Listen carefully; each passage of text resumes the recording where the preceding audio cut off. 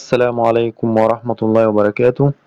النهاردة إن شاء الله جايب لكم رابط تحميل كتاب صفة صلاة النبي صلى الله عليه وسلم لابن عثيمين، وكتاب صفة صلاة النبي صلى الله عليه وسلم كأنك تراها للإمام المحدث محمد ابن ناصر الدين الألباني.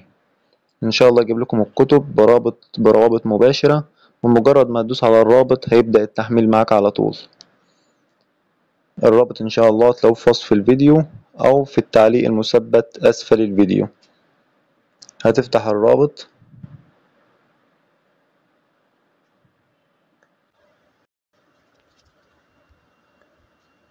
هيدخل معك على الصفحة دي. طبعا هنبدأ في تحميل الكتاب الأول لابن عثيمين صفة الصلاة. هتلاقي لينك التحميل هنا اهو، ومجرد ما تدوس على لينك التحميل كده هيظهر معك التحميل اهو، سيف تو داونلود ولا كنسل. طبعا انا هدوس كنسل لان التحميل موجود عندي. انت هتدوس سيف تو داونلود عشان يبدأ يحمل معك. والكتاب التاني كتاب صفة صلاة النبي صلى الله عليه وسلم كأنك تراها للإمام المحدث محمد بن ناصر الدين الألباني. لينك التحميل هنا اهو، مجرد ما تدوس على التحميل هيجيب معك سيف تو داونلود او كنسل. طبعا برضه هدوس كنسل لان الكتاب موجود عندي. بعد ما تحمل الكتب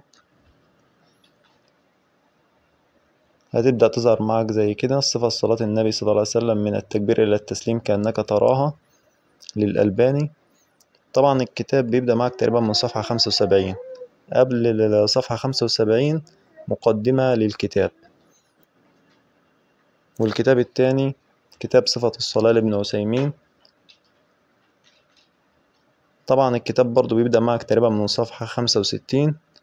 بس طبعا المقدمة أو بداية الكتاب طبعا مهمة جدا في صفة الصلاة لابن عثيمين، لأنها بتتكلم عن أهمية الصلاة ووجوب الصلاة وشروطها وأركانها، وبتتكلم طبعا من بداية طبعا فرضية الصلاة وكيف فرضت وما هي الصلاة وتعريف الصلاة وكده.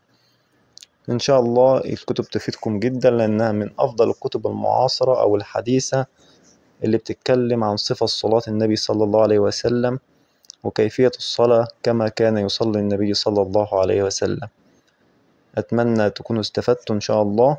شكرا لكم على المشاهدة. السلام عليكم.